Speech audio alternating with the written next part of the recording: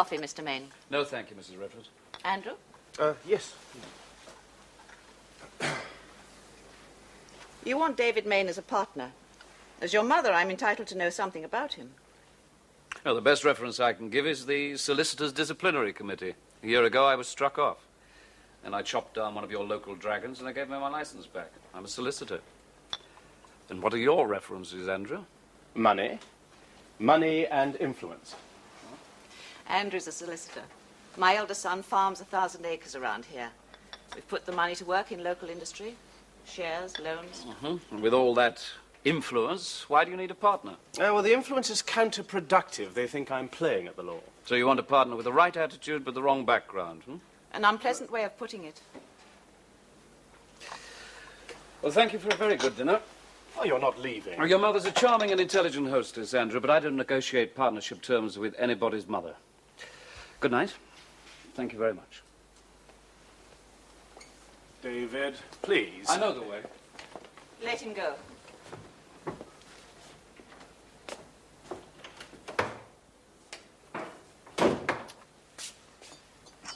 He's coming to the office tomorrow. Look around. Fine. But don't take that young man into partnership. Well, just because he was rude to you? He wasn't rude, he was right.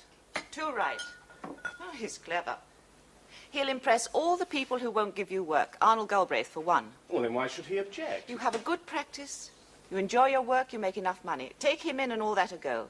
David Maine is a walking takeover bid. In no time, he'll own the practice and you. You think I'm playing at it too? I'm not. David Maine is just what I need. Together we'll build the best solicitors' firm this county's ever seen. As full partners.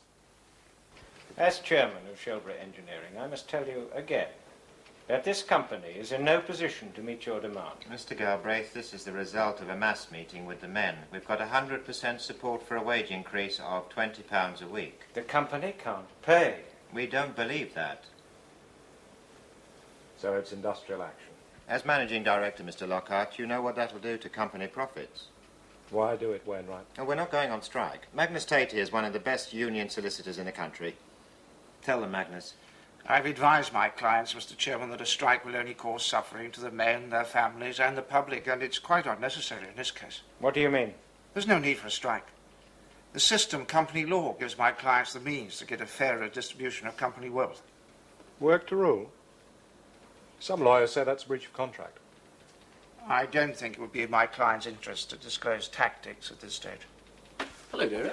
Oh, I don't think you've met Arnold Galbraith, chairman of Shelbury Engineering, David Maine. How'd you do? Maine, I read about you in our local paper. Yes, that's him. You're the one who put our police sergeant inside for 3 years. Thank you, Sheila. Quite the crusader. No crusader, just self-interest. I wanted my license back to practice as a solicitor. He stood in my way. We could do with a new legal broom in Shelbury. What do you specialize in? David's a commercial lawyer. Company law. I prefer business problems to personal.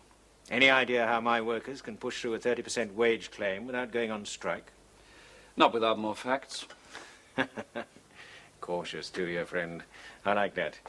Cheerio, Andrew. Bye. Maine? Had a look around town? Mm-hmm. What do you think?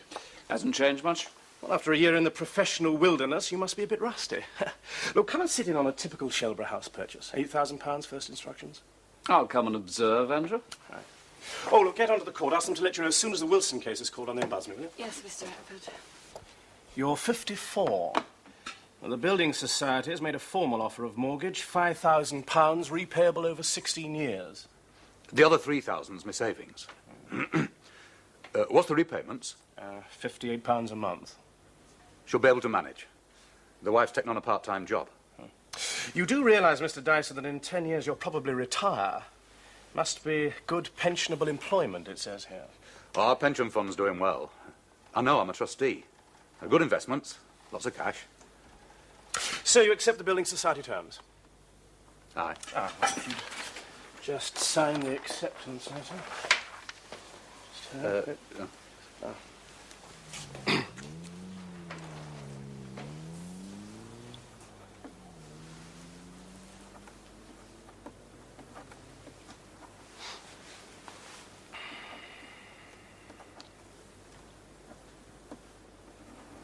Fran.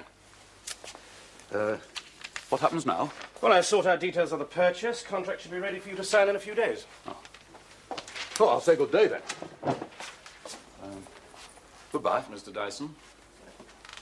Sheila, if we just show Mr. Dyson out, wouldn't we? Right, thank you very much. Thank you. Bye. Well, Dyson's on £50 a week and is in charge of the pension fund. Shop floor representatives. And the real boss, chairman of trustees, is Magnus Tate. I've heard of him. Local solicitor. Made good. Started with the brass plate and welfare cases. He's now got the biggest practice in town. How'd you let that happen, Andrew? Oh, cornered the market in union work. There's 100 legal clerks churning out writs for every workman's compensation case in 3 counties. Political ambition? Oh, I reckon so. Magnus himself is a brilliant, somewhat unorthodox lawyer. Loves hitting the headlines. Goes for the big stuff personally. Hence the pension fund, that's worth millions. Now, his sidekick there, got him the job, is the union convener Arthur Wainwright. Me and my shadow.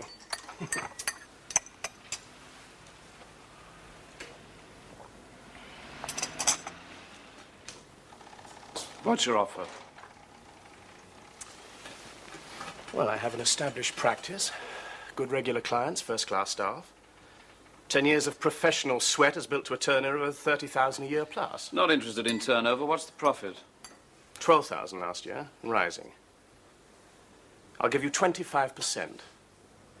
What, and 75% for yourself? You can't be serious. Well, I can't afford to ignore your record. It could cost me business. It's bound to frighten off some clients. Possibly, but I'm nobody's junior partner. 50-50. Well, I'll consider that. I keep London to myself. Oh, look, if I put half my professional career on the line, you do the same. Sorry. Well, if you can't make a go of it in London, what have you got to lose? No. How do you know it'll work? How can it fail? You tell me. Can't anybody stop us? There are all sorts of laws, injunctions, codes, but the pension fund's worth £7 million. We're the trustees. We decide how it's invested. You're the lawyer. Afternoon. All right, then.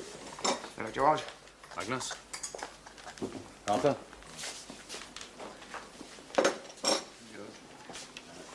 Hello, trustees. I think we owe ourselves a vote of thanks. Unlike some people, we have no liquidity problem. We have £2 million at the bank earning good interest.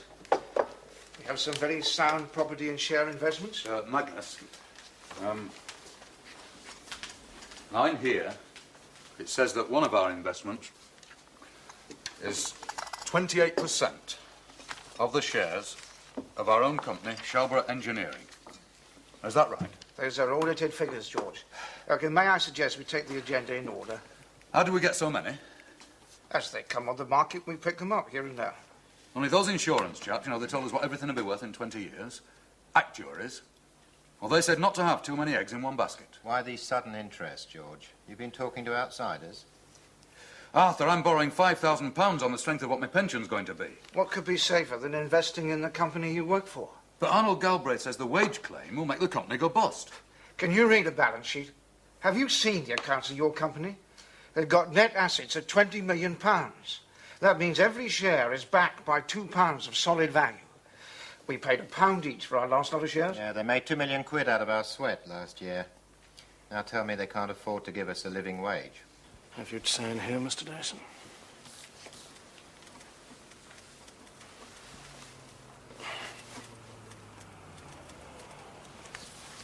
Thank you. Now, if you'd let me have your cheque for the deposit, I'll exchange this contract today and the house will be yours. Completion in 4 weeks' time.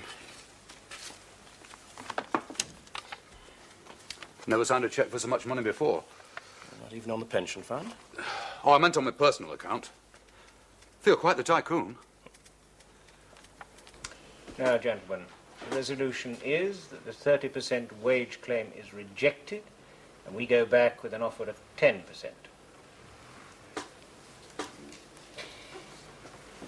Next item, possible takeover bid. Roger? Yes. Somebody's been doing some quite heavy buying of our shares. It just might be the prelude to a takeover bid. I didn't think anybody could afford takeover bids with the economic crisis. Our share price is £1 a share below asset value. That's dirt cheap by any standards. What's your recommendation? Make contingency plans. Instruct professional advisors. Agreed? Who are you going to for legal advice? Carver and Willow, as usual. I got a better idea. Try a man called Maine, David Maine. Go through Retford. The decorators are still working in the new offices. You haven't even signed the lease. No clients, no cases. What is the London practice? You. What is that? Old filing. What did you say then? You. Me what? You are the London practice. An efficient secretary is the backbone of any legal enterprise. What enterprise? My goodwill. You have just spent a year struck off the roll. Where is the goodwill in that? I think these taste better out of your fingers. David! Aren't you supposed to eat schnapps with these? Schnapps is a drink. David, you need money. Can't do. I made more when I was struck off. Including the Arkwright deal and Hartman Sugar, you grossed £43,000. And what about that Greek millionaire I slaughtered out in the Mediterranean? Sure. Included. But I thought the client was that woman. Granby, Grundy, Granta. Granton. Laura Granton. Anyway, you'll find her in the ledger under cruises. Rent, rates, office expenses, 12,000, salaries, 7,000, hotels, air and train fares, etc., etc. You have in the bank exactly £670, 52p. You answer the door, I'll clear the plates. You answer the door. I'm having lunch. Could be your new client. We'll ask him whether you should eat open sandwiches with a knife and fork or your fingers. I have an appointment with Mr. Maine. My name's Lockhart, Shelburne Engineering. Yes. This way, please. This is Mr. Maine, Mr. Lockhart. Mm-hmm. How do you do? Hello. Please, sit down. Thank you. Forgive the mess. Would you like a drink? Oh, that's very nice. Vodka and tonic, thank you. Well, how can I help you? We'd like you to act for us, Mr. Maine. We believe somebody's about to make a takeover bid for Shelburne Engineering. We'd like you to investigate and make a report. Now, what's a pension fund supposed to be all about? Not again. Look, if we're going against actuaries' advice, buying more shares in our own company, I want justification. Your company made £2 million last year. They said we should spread the risk, have lots of different investments. With hundreds of companies going bust in the economic crisis, Shelburne Engineering's a damn fine investment. But is that the only reason? Chairman, can we get on with the agenda? A man walks in and says, take over bid, investigate and report, Mr. Maine, and you just say yes. Always. Even when sometimes you have no idea what to do. Always. Such confidence. It frightens me. And me. But if I reckon I can't handle it, I'm equally certain about saying no dice. Get your book. It's just notes for the file. Stockbrokers already notified of interest in Shelburne shares. Ask them to talk to jobbers and other brokers, see if anybody knows who's buying. Surely if somebody buys shares, they have to give a name. Yes, but not necessarily their own. Brokers asked to examine all share transfers. Well, why bother? Well, sometimes a stockbroker will slip up, pencil in the real name on the transfer form and forget to rub it out. Oh, very neat. Walter Clegg, now locating lunchtime drinking habits of stockbrokers' clerks. Peter Jarrett has a man plugging into every estate agent in Shelburne. And what will that do? If you make a takeover bid, you need to know what the company's property is worth. And somebody may have left a calling card. 2135? Just hold on, please. It's John Stoller, merchant banker. Yes, John. Well, no, nothing much. Good cover-up job. How about you? Yes? Uh-huh. 2136? No. This is Laura who? Not so far. No, I'm afraid he's busy now. Mm-hmm. No, I can't do that. He's on the other line at the moment, and he's also at a meeting. Fine. Pray, if it's personal, perhaps you'd better ring after office hours. Mm-hmm. Well, does any clear pattern emerge from existing shareholdings? And no rumours? Well, I've been through the accounts. I can't find any hidden values that might justify a bid. No, maybe it isn't a bid. Okay. So you'll continue vetting all share transfer forms. Right, thanks, John. Who was that? It was a personal call. Your Mediterranean cruising companion. Client. Anyway, it was something about a cottage and a builder, and I told her to call later. Thank you. What are you going to do about David Maine? Nothing. Well, I'm glad about that. Oh, it's tactics. Where else can he go? He's got a big, bad reputation to live down in the city. Castleton won't have him in Leeds. In any other town, he's a foreigner with a professional criminal record. He's got to come to me.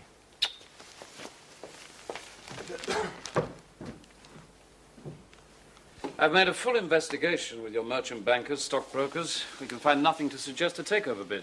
Who's doing the buying? We know the broker. He won't say who he's acting for. What's your advice? Wait and see.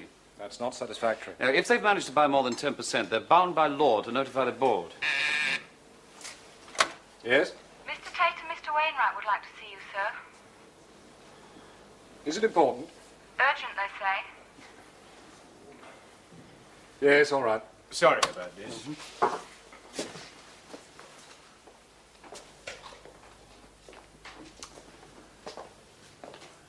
Good afternoon, gentlemen.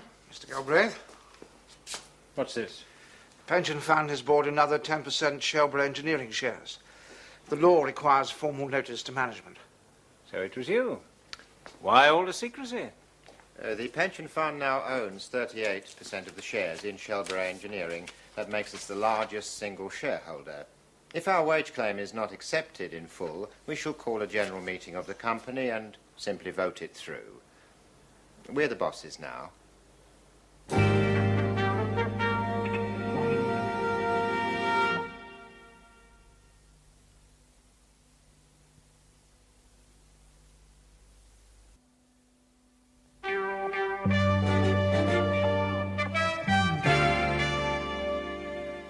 When my father set up the pension fund, I didn't expect it to be used like this.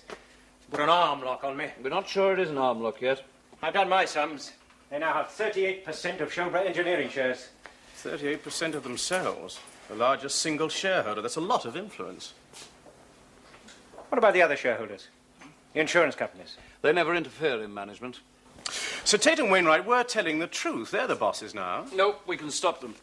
This is the city code on takeovers and mergers. I'm trying to pick my way through the maze of rules and regulations. Takeover code? Yes. Well, crime I know about. Divorce even, but takeover code is science fiction to me. Science fiction with money, drawn up to provide a shield when battle is joined over buying and selling shares. Yeah, but it can't stop a pension fund buying shares in its own company. It could. Depends how many shares they buy. Now, most of the time, when you take over another company, you need 51% of the votes. 51% is control.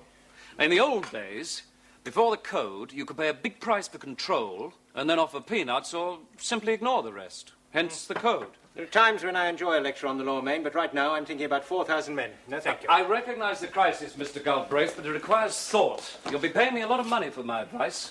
I need time to concentrate, to get it right. I'm sorry. I'm understandably upset. You'll be in touch? Mm-hmm. I may have to make a somewhat unusual request. Norwegian girl secretary to an English lawyer. I'm tempted to ask for your work permit. I married an Englishman. Ah, good for you. Not good for me or for him. It's over. Divorce? Yes? No ties? I didn't say that, Mr. Retford. I have seen you spend days working on that takeover code. I thought you knew it by heart. Mm-hmm. Oh, so where's the solution? Earn your 75%, Andrew.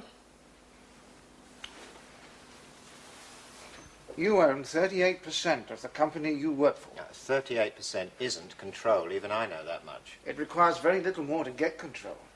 And the threat of that is the cudgel we need. Yeah, to force through a £20 wage claim. It gives us power. Oh, we've got power. The workforce is organised. The union... The union can call a strike. Everybody's a loser. You said yourself there had to be a better way. There is. Votes. We now have more votes than any other shareholder. That's a big stick, and we're going to use it. You're a smart lawyer, Magnus. But you must realise Galbraith's got the money to hire the best legal brains around. He'll probably go to David Main, who'll eventually get to Rule 34 of the Takeover Code. I'll wander along to the takeover panel and complain at the top of my voice. Rule 34 was formulated to protect the shareholder. That includes anybody, for instance, who has a stake in a pension fund. Rule 34 says if you buy more than 30% of any company, you must make a bid for the remainder. Yes, well, all that needs is money. Tate and Wainwright are sitting on a pile of that. Now, one step at a time. Let's run them before the takeover panel and find out. They're in Rule 34 trouble, so we'll see how good Tate is. Well, that's tomorrow's problem. You didn't come all this way just to hold Galbraith's hand in the car. No. I want to talk partnership. I've weighed up the risks against the benefits. I'm prepared to back my judgment by giving you half of everything I do. I reckon you've got to do the same. I keep 100% of London. I mean, that's not even logical. Everybody has a price they stick at. That's mine. I'm not defending it. That's just my limit. Well, so no deal. Have a drink. Yes. All right. Counter-proposal. No partnership. Work for me as assistant solicitor. I'll pay you $5,000 a year and 25% of any work you introduce to the firm. I mean, on that basis, you keep London. I only work for myself, Andrew. Oh, you're a real cactus, David. I mean, what other offers have you got? You need money, you need a place to practice law.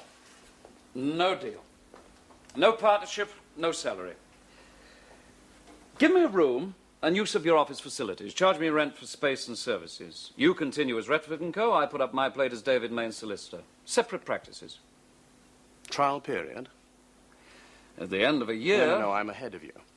You reckon you'll make so much money on your own that if we talk about partnership, I'll be forced to agree a 75-25 split in your favor. Never. Now, I've a 30,000 head start on you.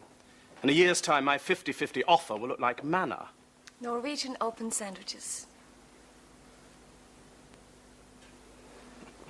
From David Main, formally notifying me that he's acting for Shelburne Engineering, etc., etc. He's supposed to be good. I don't care how good he is, he can't operate on this one. He's going to the takeover panel. They won't listen to him. Why not? He's just a lawyer, a paid mouthpiece. Well, you're a lawyer. I shan't be there as a lawyer. I'm a trustee, chairman of the trustees.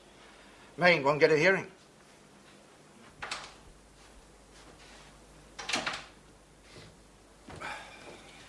How is Mr. Main? Well, I've done a deal with him. Well, at least you'll have someone to share responsibilities with. Not just yet. I don't understand. We're not going into partnership. Just sharing offices. Take a couple of rooms, split expenses, see how it works out. Well, is that wise? What's to stop him getting to know all your clients and walking away with the practice? Well, I'm not exactly paralyzed. Take a look at this. What is it? You introduced Main to Arnold Galbraith. Yes. Well, if he's not after your practice, how come he's so friendly with Arnold? David says this, David says that.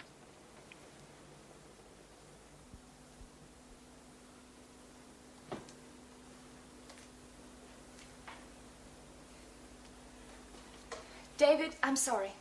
It's never happened before. I mean it. It's 7:30 a.m. I've been at work for an hour. Where were you? You know where I was. I was asleep. I don't understand it. Imperfection. That's what I've been looking for. You break under pressure. It's very good news. I always wake at 6. But even when you didn't get to sleep until 4. Always. Having taken dictation until 3 and a number of other things thereafter. My God, you've got the takeover panel this morning. You'll need all those notes typed up. Come here. Here.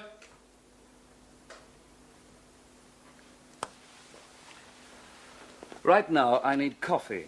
Black, rather a lot of it. Orange juice, fresh. 1 piece of toast. Yes, Master. And then you can dress and type. What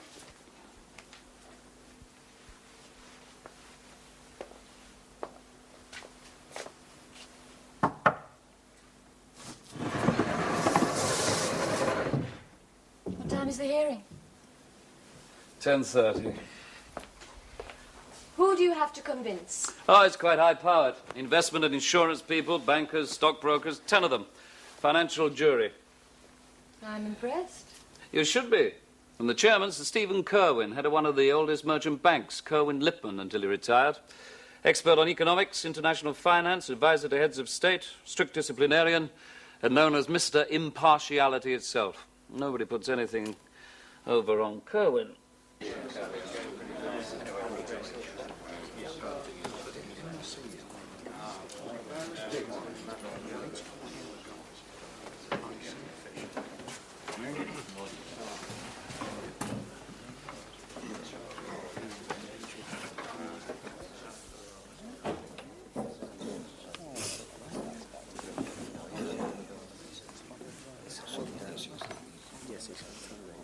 This is not a court of law. I'm not a judge.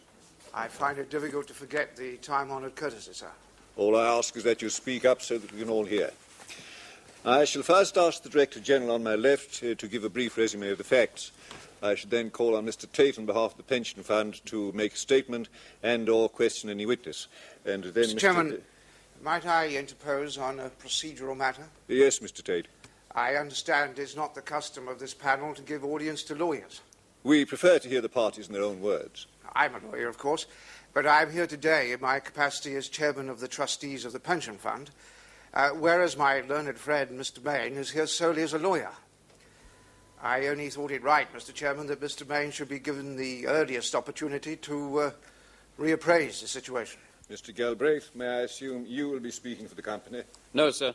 I appear today not in my capacity as a solicitor, but as a director of Shelborough Engineering. And may I hand in a certified copy of the minute of the Board of Directors confirming my appointment?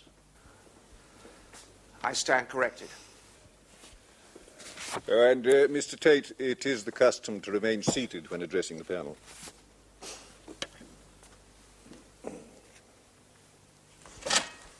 Mr. Dyson. Ah. Well, Mr. Retford, I'm very worried. Please, sit down. They're saying that we could go bust if Tate and Wainwright have their way. Well, it's possible. I'd like to get things straight in my mind. What would my position be if the worst happened? Well, you can't get out of buying your house. Oh, I know that. I signed for it. But suppose in a month's time I've got no job, no pension. Now, building societies are very understanding. Social Security will pull out stops. I'm 54. I might not get another job. Well, eventually you'd have to sell up. With 4,000 men out of work, who'll be buying houses? Well, it's usually a question of price. I'd be wiped out. Mr. Dyson, I'm your solicitor. I do everything possible to help. Yes? Your car's here, Mr. Retford. You have 7 minutes to catch the London train. No, thank you. By the time the matter had been brought to my attention by Mr. Main, it was too late. The shares had been bought. So what were we to do? Sell them? Possibly at a loss to our members? Or seek to persuade you, learned gentlemen, that Rule 34 was never designed for a case like this? We've not got control. We've only got 38%. And we don't want any more. And where else should we put our money? In the stock exchange, where values have dropped 70% recently? Into property? That bubble's burst. In the bank? With inflation raging? No, gentlemen. There's only one safe place for my members' money, and that's in the company where they put their daily sweat. Backing number one. Ploughing their savings back into their own business. One of the soundest commercial principles of the centuries. Tell me there's something wrong with that argument, Chairman, members of the panel, and I'll give up the practice of law and become an organ grinder in cloud cuckoo land. Thank you, Mr. Tate. Most persuasive piece of advocacy. Mr. Main. I agree with you, Mr. Chairman. A brilliant brain, a very knowledgeable lawyer, an exceptional advocate. I'm only surprised that such an accomplished solicitor shouldn't know of the existence of the Takeover Code. I didn't say that. I didn't interrupt you, Mr. Tate.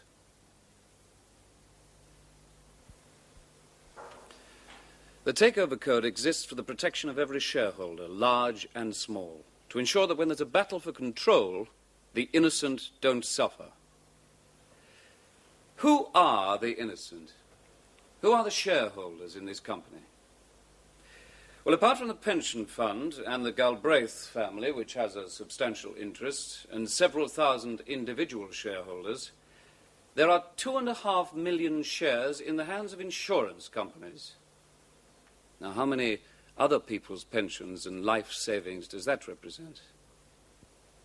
But the real importance of this case is not the technical interpretation of Rule 34.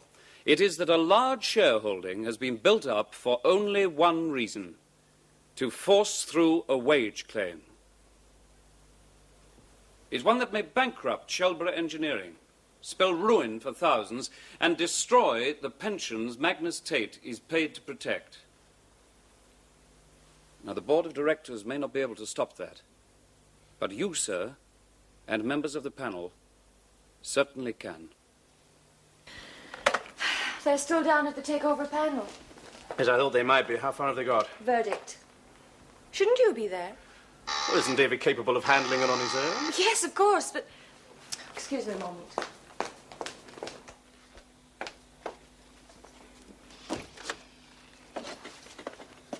Mrs. Granton.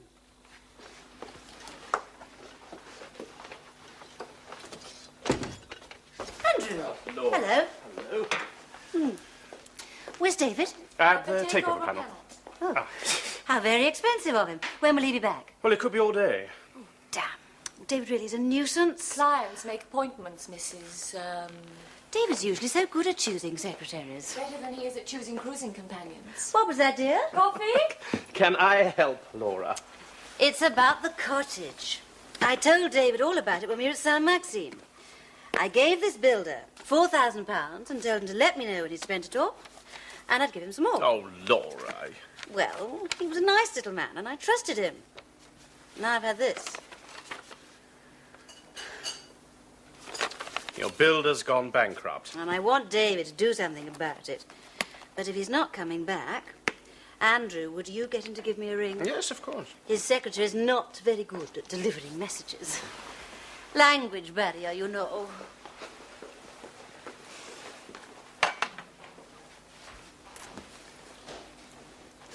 When David moves his desk to Shelborough, will you be moving too? I don't know. We haven't discussed it. I think I'd like that. David and I are going to make the most formidable legal practice outside London. I'm sure you're right. But I wouldn't want any misunderstandings, professional or personal. Some misunderstandings can be very enjoyable. It's the panel's decision that Rule 34 does apply. It is equally clear to us that the existing shareholding is imprudent, contrary to accepted principles. There's only one course open to us. We must insist that the pension fund sells enough shares to bring its holding below 30%. We must further insist that the trustees do not use the power they have built up in the way suggested or at all. And the panel so rules. In our opinion, there has been a grave dereliction of duty on the part of the trustees, and particularly on the part of their professional advisor. Might I ask a question, Mr. Chairman? Yes, Mr. Tate. Am I right in thinking that the takeover panel has no legal authority? It's not a court of law. Then the decision you've just enunciated in such clear, not to say devastating language has no force in law. There are sanctions we can apply. I suppose you'll be asking the stock exchange to remove the quotation, the listing. We have never yet applied that sanction. Oh, no, you'd never stop rich men gambling in the shares. That is not what the stock exchange is for, and you well know it, Mr. Tate. Gentlemen, the pension fund refuses to recognize your ruling. First thing in the morning, we'll start buying shares again. Just enough to give us 51%. The panel's decision gives us no choice but to go for control. Yes, that's right, a full takeover bid. But, for a change, by the men who really make the profits in Shelborough Engineering, the workers.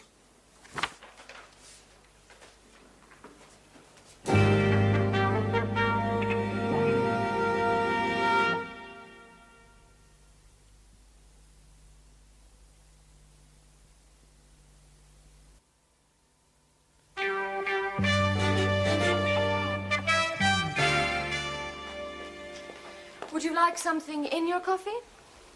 What did you have in mind? Laura, I'm moving into my new offices in Shelborough today. Well, tell me what to do about my builder, and I'll go away. Oh, get another one and pay him when he's finished the job, not before. But, David, it was £4,000. He hasn't even hung the Hessian. Forget it, Laura. Walter's checked it out. You'll be lucky to get pennies in the pound. There must be something you can do. I'll be in the car.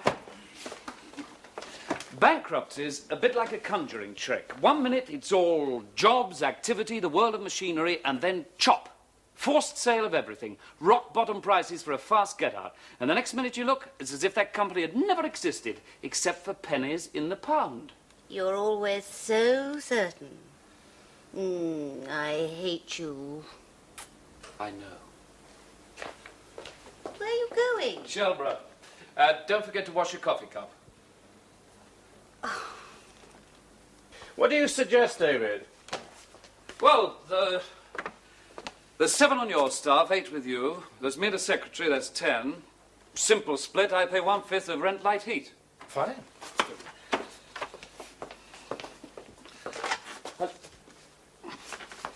I want a new outside line, straight to my desk. I've done that. In the new phone book, just David Main's solicitor, right? Mm-hmm. And get this intercom changed, I won't push button. What about staff wages? Well, I'll only be using receptionists and cashiers, so 50-50 on them? It's generous. Yeah. I'll leave you to get on with it. Anybody in? What can I do for you, Mr. Tate? As you see, I'm rather busy. Oh, it's just a courtesy call. Brothers solicitors. Welcome to Shelborough. Thanks. You'll have some nice snob connections with young Andrew Retford, but you'll still find the going tough. Nothing new? So I've told my clerks if they've got any cases they're too busy to handle, send them down to Mr. Main. Would you leave us, Inga?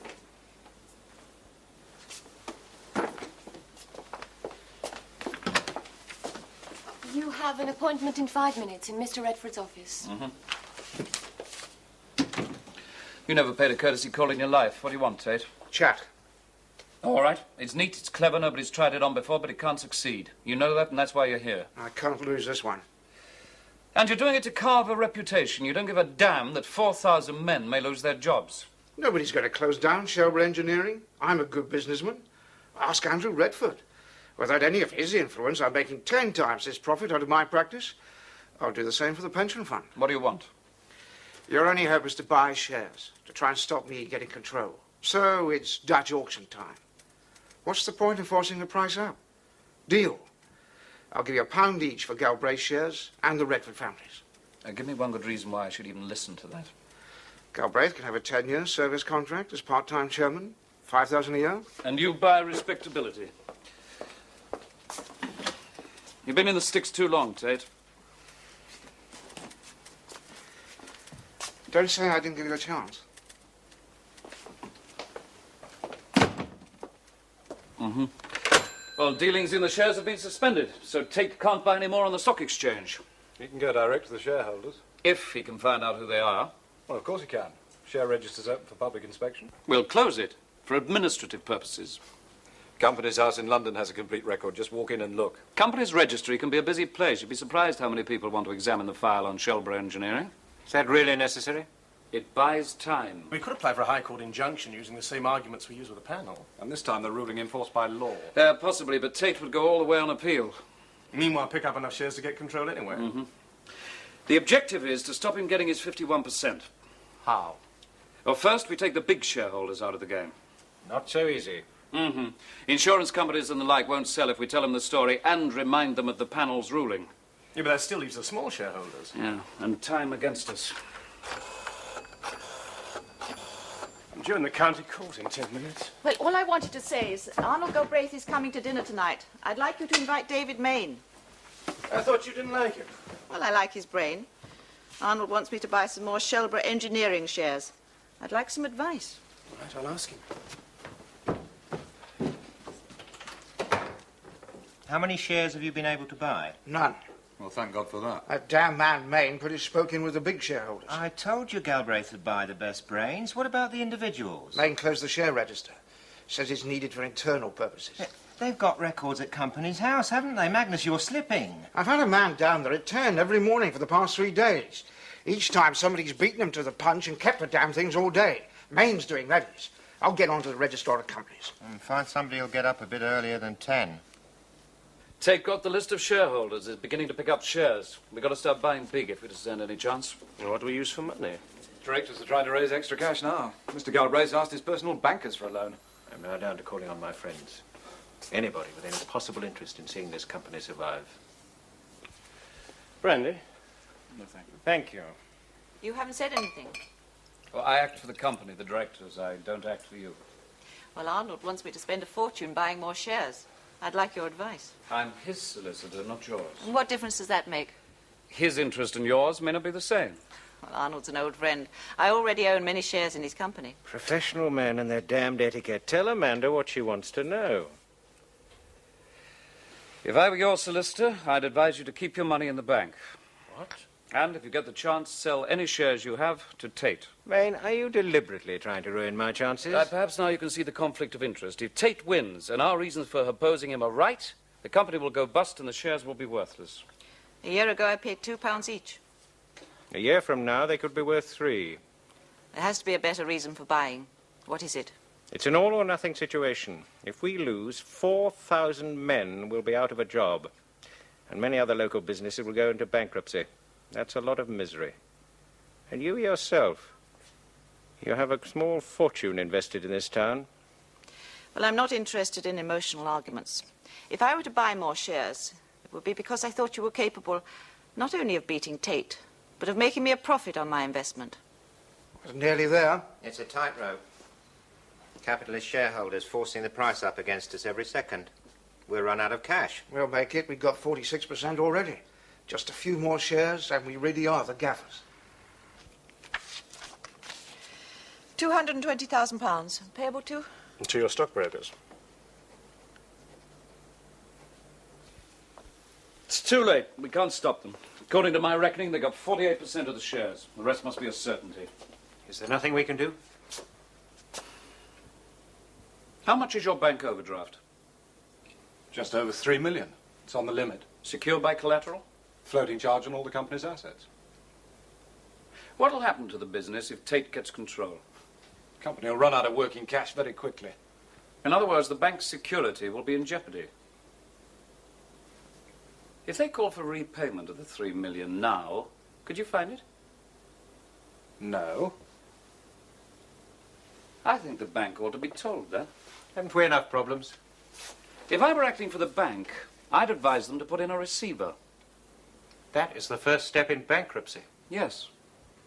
Well, David has just phoned from the head office of the bank. He wants everybody? Mr. Galbraith, Lockhart, all the pension fund trustees. It's urgent, he said.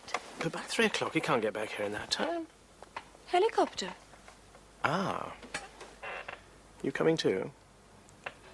I've just come from the head office of the company's bankers. They have a floating charge as security for a £3 million overdraft. They've demanded immediate repayment of the $3 million. With you twisting their arms. More professional misconduct. In my duty to the company, Mr. Tate, it's duty to the bank. Now, the chairman tells me the company doesn't have £3 million in cash, but if the overdraft is not paid off, the bank is putting in a receiver. What does that mean?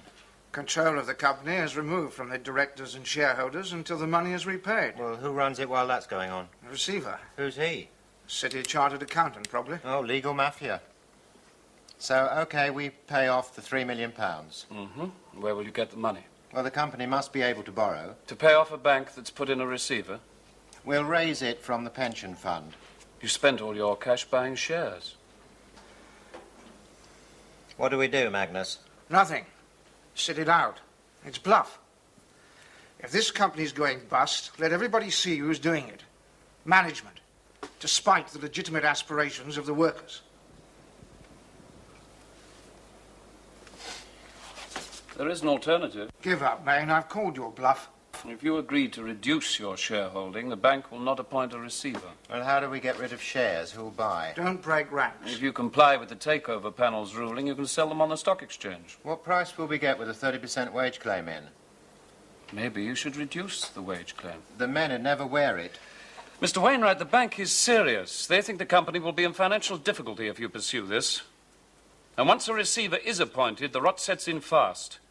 Creditors pounce, other creditors withdrawn, customers cancel orders. Bankruptcy. It won't happen. And even if it did, the government would step in. Would it? When this whole setup is the brainchild of a legal megalomaniac, aided and abetted by someone whose job is to protect the men who'll be thrown out of work? Sure, government could step in, but where would you be, Tate? And you, Wainwright? 4,000 men, Arthur. They trust you. They trust us. What's this all about? You with Maine? Of course I am. Bert? Yes. Derek? Yes. Do you want to make it unanimous?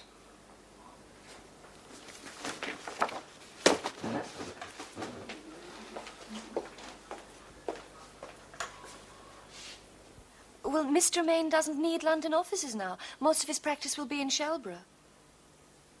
Yes, I know you're the landlord. I'm terribly sorry. Putting the decorators in was my idea. Mr. Maine will be very angry with me. Oh, no, we'll pay the builders. You're really very kind. Then I can say you'll release him? Thank you. I agree. Thank you. Mr. Maine. Thank you. Oh. What's this? My resignation as director. No longer needed. I don't agree. Really? I've changed my opinion. Oh? The job's only half done. I told you, Arnold, I wouldn't buy more shares unless I could see a profit on my investment. I think we stand a better chance with David Maine on the board. Yeah. Well, I can't afford to ignore the advice of the major shareholder. Congratulations. Thank you. Thank you very much. Now, what do I owe you? £20,000. Fine. How much? Fair split on the basis of work done is 15,000 for me and 5,000 for you, Andrew. And what did you say was my target for level pegging? 30? I've been on the sidelines this trip, watching, applauding even. For this was a one-off. You need me. Lifeline, insurance, substance. Sure. I think I'm going to enjoy this partnership. Oh, we're not partners. We just share offices. When the gravy comes in, we keep a very tight grip on our separate spoons.